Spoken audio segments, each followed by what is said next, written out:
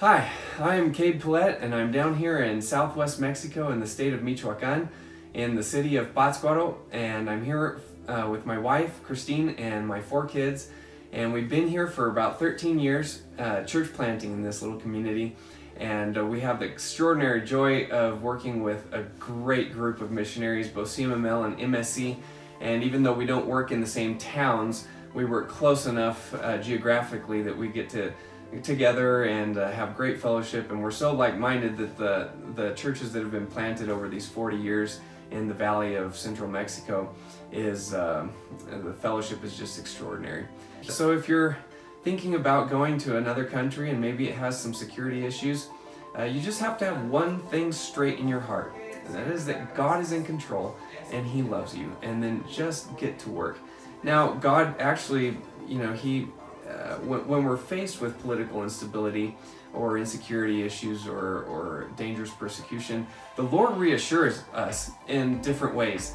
One of the ways He does it is through godly friends and unsolicited words of confirmation and comfort.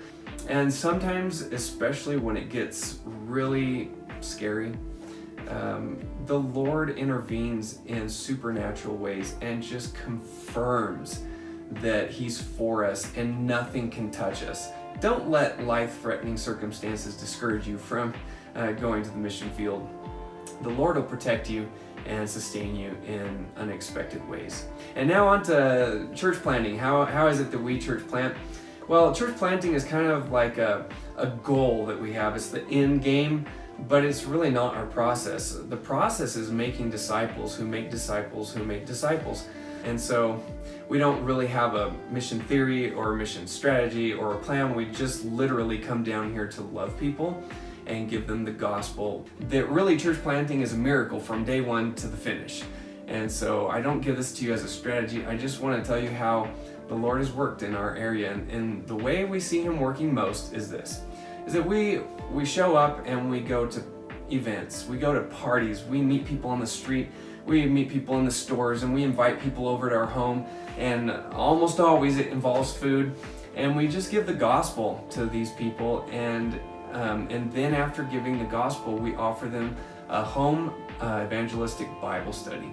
And so if they accept, then we go to their homes once a week and we just start teaching from Mark chapter 1 verse 1, and we just work our way to the end of the gospel. And as people start to work through what is the good news and they come to know Jesus Christ, who is their God and Savior, who died on the cross for their sins, they come to Christ. And in these studies, sometimes we'll pray at the end, and the first time these people pray, and you can just see that God is moving in their hearts, and there's really nothing more exciting to do in life than watch people come to Christ. So then when they trust in Jesus, we baptize them, introduce them into the church, and that's kind of the beginning process. But as people start to mature, I also offer a class.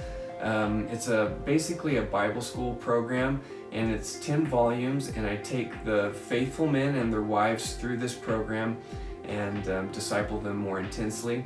And out of this work, the Lord has kindly provided 2 elders and 2 deacons, and as they grow and mature, they're starting to do their own evangelistic Bible studies, and they start in Mark chapter 1 verse 1, and they're leading people to Christ, and so that's the, if you want to call it, that's the plan or the strategy here. But it's really a miracle what the Lord has done. And so over these 13 years, He's saved a bunch of people, and we meet on Wednesdays and Sundays, and we do Acts 2:42. And now we're looking to hopefully move to a new place and do it again and again if the Lord wills. May the Lord bless you greatly and give you strength for these dark days.